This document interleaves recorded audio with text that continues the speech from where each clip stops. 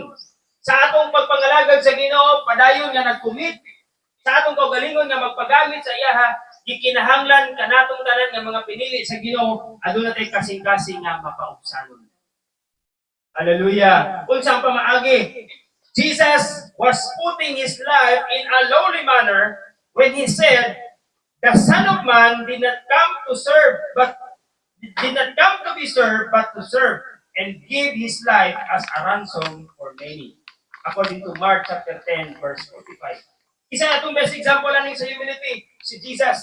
Bisan sa iyahang pagka-Diyos, iyang ipakababa ang iyang kaugalingon na makita sa kadaghanang katawhan na siya makahimo sa pagluwas o paghatag sa iyang kaugalingon para kanatong tanan as a ransom for many. Pahimo siyang pinaka-the best example tungod kay sa the moment kaya ipababa iyang kaugalingon, nagpakita sa Bisaya, kung siya gingon sa Bisaya, wala siya mo ani aron silbihan. Apa ni anhi siya aron mo silbi kanato.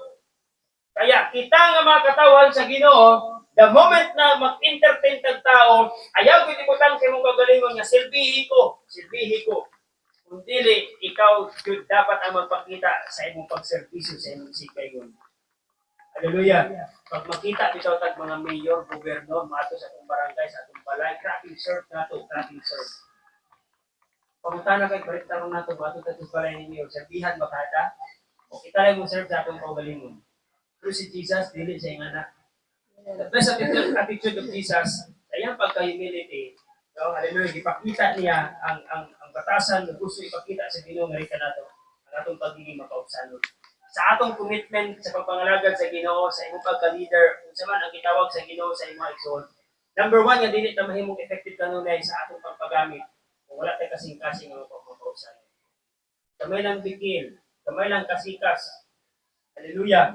Ora kag artista ng baga. No?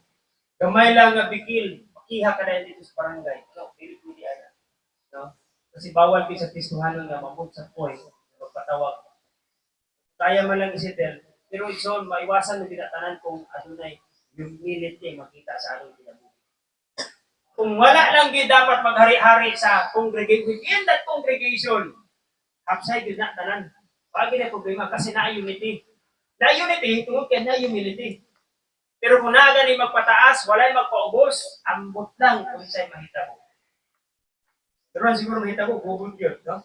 Letter D, kung saan letter D nga kinahanglan nato sulubon, isip mga pinili sa Ginoo, gentleness, pag maaghop o adunay malumok nga kasing-kasing. Hallelujah. Ang saning word nga malumok nga kasing-kasing. Gentleness is one of Christ's character. He is gentle in such a way he did. Hallelujah. Kung sa'y gibuhat ni Jesus, sadyang nagpakita sa iyahang pagka malumok, no? Nga taliwala sa grabe nga sala sa tao, nagpabilin gihapon ang Ginoo nga malumok sa imo ha. Duora maguni sa pagka maluluyon ba, no? Malumok gihapon siya. Daghan gihapon siya pamaagi paano kay reach out niya, luwason. Luwas ang kibiyada sa grasya sa Ginoo kasi mutuo. Walay naluwas diri pinagi sa kwarta, walay maluwas kanato diri pinagi sa tubag paningkamot. It's only by the grace and mercies of God. Mercy sa Ginoo. No? Hallelujah. Parapakan daw nato ang Ginoo. Hallelujah. Letter D. Letter E. Letter D naman. No? As God's chosen people,